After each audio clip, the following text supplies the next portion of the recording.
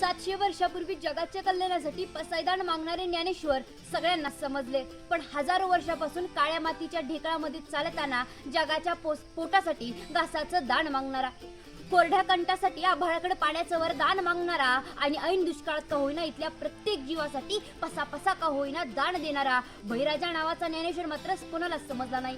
मित्रांनो, आपल्या भारत देशाला स्वतंत्र होऊन 75 वर्ष झाली, बहुमतांतर सत्तांतर सुद्धा झाल्या, तरी सुद्धा अजून पत्रास कारकी बोलण्याची हिंमत जर शेतकऱ्यांकडे नसेल तर शेतकरी जगाचा पोशिंदा आहे की नाही हे ठरवण्यासाठी नमस्कार, मी कुमारी साक्षी श्रीकांत सूर्यवंशी आपणासमोर विषय मांडते, अवघ्या जगाचा पोशिंदा बळीराजा.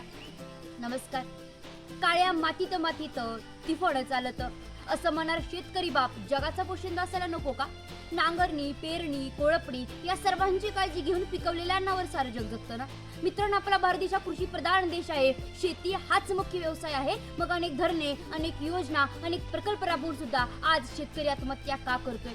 सांगली जिल्ह्यातील एका शेतकऱ्याची मुलगी म्हणून जेव्हा या विषयावर विचार करत होते तेव्हा मला असं जाणवलं की आपल्याकडे पाणी आहे म्हणून आम्ही ऊस लागवड करतो, जास्तीत जास्त उत्पादन मिळण्यासाठी टनाने खते घालतो, जोपर्यंत जमिनीला मीठ फुटेपर्यंत, आणि तिकडे मराठवाडा, विदर्भ आणि खानदेशामध्ये पिण्यासाठी पाण्याचा एक थेंबही मिळत नाही. मग गहू, ज्वारी, कापूस कसा पिकणार? अहो, शेतकरी शेतात असेपर्यंत कडबा, वैरण जनावरांसाठी, शेतात असेपर्यंत पाखरांसाठी, घरी आणल्यानंतर उंदरांसाठी आणि राहिलेलं सगळं माणसांसाठी. हे बळीराजाचं आपल्या प्राणीमात्रांवर असलेलं प्रेम आहे. अहो, रात्रंदिवस काबाड कष्ट करून घरात उपाशी झोपणारी मुलं आणि गोट्यात टाचा कासणारी जनावरं हे सध्याच्या बळीराजा समोरचं चित्र आहे. मित्रांनो, अहो, जगाच्या लज्जा रक्षणासाठी कापड निर्माण व्हावं म्हणून कापूस उत्पादक शेतकरी स्वतःचा 4 वेळा फाटलेला सदरा पुन्हा शिवून घालतो.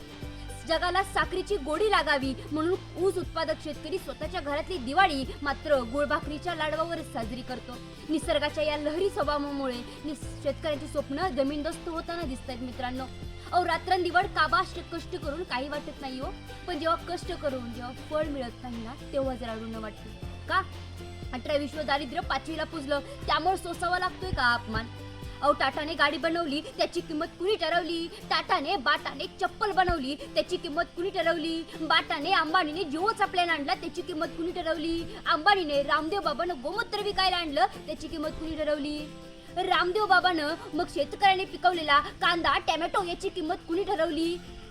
शेतकऱ्याने नाही ना, ती व्यापाऱ्याने ठरवली. किती लुटायचं त्या शेतकऱ्याला, किती आवेलला सण करायचे त्या शेतकऱ्यानं. अहो, तुम्ही पाण्याची बाटली 20 रुपये लिटरने घेता आणि दूध 16 रुपये लिटरने मागता. म्हटले होते ना बांधावर खत देणार, आज दुकानात खत मिळत नाही, खतांचे भाव गगनाला भिडले आहेत. अहो, पण मित्रांनो, या जगाला पोसणारा आपला बळीराजा स्वतःच्या जीवाला कंटाळून आत्महत्येचा प्रयत्न करतो त्यावेळेला सगळ्यात दुर्दैवाची गोष्ट वाटते हे कृषी प्रधान भारत देशामध्ये घडतंय.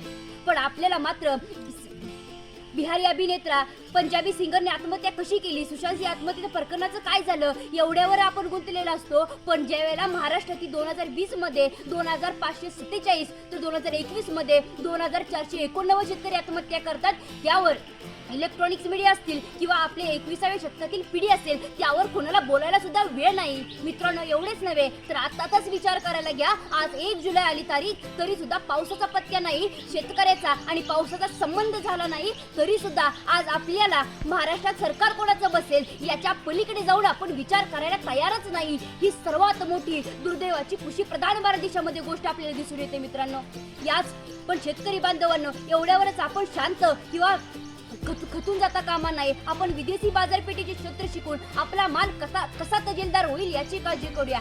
सरकार अधिकारी त्यांच्या परीने प्रयत्न करतीलच, आपणही आपल्या परीने प्रयत्न केले पाहिजेत. आपली जमीन, आपले पर्जन्यमान, आपले हवामान यानुसार शेती करूया. मग बघा, सर्वांनाच मान्य करावे लागेल आपला भारत देश हा कृषी प्रधान देश आहे. शेती हाच मुख्य व्यवसाय आहे आणि शेतकरी जगाचा पोशिंदा, अवघ्या जगाचा पोशिंदा हा शेतकरीच आहे. इतकाच आशावाद व्यक्त करते आणि इथंच थांबते. जय जवान, जय किसान, अन्नदाता सुखी भव.